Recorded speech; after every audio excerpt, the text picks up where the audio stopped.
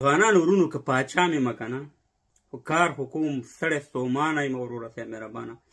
د کامې او د چارسدې ګوړي ته ضرورت لرم د شینچي ته ضرورت لرم خبر در کوم د بلوچستان د پاکستان باره کې خو لږ صبر خو وکړئ که نه چې زه خو دغه سړی ستومانه یم چې یو چک د دې کامې د ګوړي نه ووم او دا بل طرف چې دی دا چارسدې دی نیمه د چارسده کې جوړه شوې نیمه کامه کې ځکه چې چارسده هم د افغانستان یو ولسوالي د مقبوضه افغانستان دی نو بیا به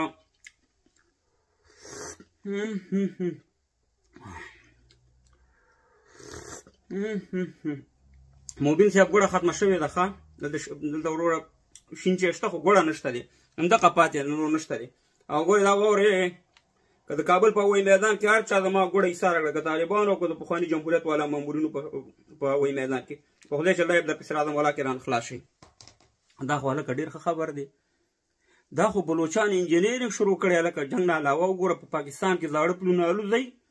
نوي پلونه جوړئ دا خو یوازې جنګ نه کوي دا خو الله چې ډېر هوښیار دي زموږ ورونه دي او دا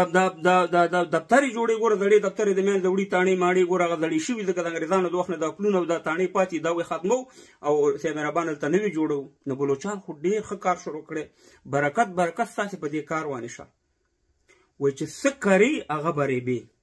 موږ والله کې د چا په بربادۍ یا د چا په تبۍ باندې خوشحالېږو خو د پاکستان په ریاست باندې دومره خوشحالېږو چې د حد نه سیوا ځکه چې همدغه پاکستان همدغه د پاکستان ریاست او همدغې باد چمشیر د ټول ولس نه خیم چې په افغانستان کې به پلونه الوته دی به ورته وروره صاحب مهربان چکچکې والي او مټیانې به یې تقسیمولې په افغانستان کې به بمونه الوته دماکې به کېدې دی به هلته خوشحالي کوله په افغانستان کې به افغانان وژل کېده شهیدان کېده به دی به ورته خوشحالي کوله نن هغه ستاسې په وجود باندې چینجې لګېدلی دی او انشاءالله دا چینجې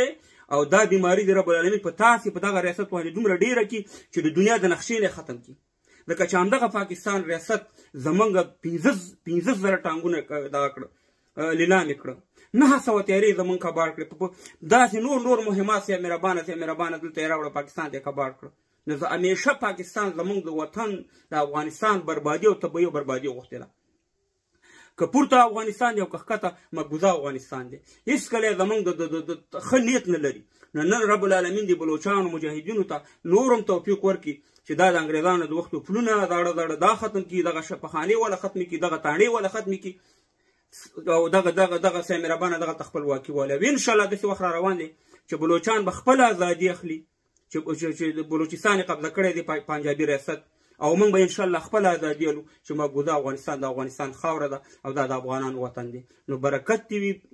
ستاسې په دې درد باندې او الله تعالی دې نور هم بلوچانو ته همت ورکړي چې ستاسې سره همدغه شان عمل وکړي چې کوم عملونه هم زموږ په افغانستان کې کړي اوس هم ستاسې د لاسه زموږ خویندې میندې په تورخم کې کړېږي په $1200 ویزه والي او دغلته د پاکستاني ریاست نه رشوت تلي او همداسې په سپین بولدک کې ستاسې د لاسه موږ تباه او برباد یو زموږ وطن تباه او برباد دی ستاسې په تباهي او په بربادۍ د دې ریاست موږ خوشحالېږو د عام ولس خبره نه کوو برکت بلوچانو زنده باد